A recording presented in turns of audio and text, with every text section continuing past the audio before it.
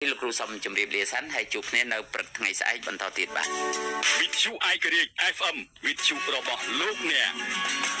ទឹកផ្លែឈើ Asai Power ជាអាហារបំពន់ដែលមានប្រសិទ្ធភាពខ្ពស់លើពិភពលោកទទួលស្គាល់មិនតែប៉ុណ្ណោះនៅសហរដ្ឋអាមេរិកបានសាងប្រាក់រាប់ពាន់លានដុល្លារទឹកផ្លែឈើ Asai Power មានគុណប្រយោជន៍និងអត្ថប្រយោជន៍ដល់សុខភាពមនុស្សព្រោះផ្លែឈើដែលមាននៅតំបន់ Amazon នាប្រទេសប្រេស៊ីលអ្វីដែលពិសេសមាន Omega 3 Omega 6 និង Omega 9 ជាអាស៊ីតខ្លាញ់ដែលរាងកាយត្រូវការជាចាំបាច់ជាប្រចាំក្នុងសារធាតុដើមកំណើតអ៊ុយរ៉ាញ៉ូមដែលស្រដៀងទៅនឹងផ្លែអូលីវផ្លែខេបឺរី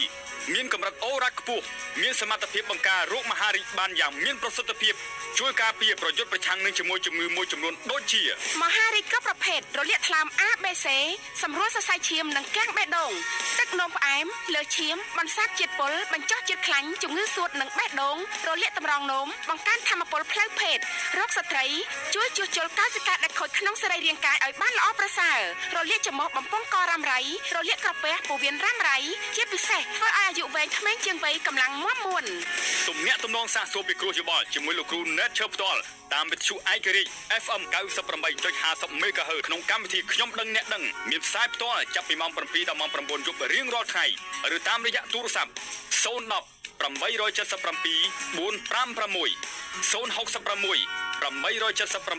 456 095 877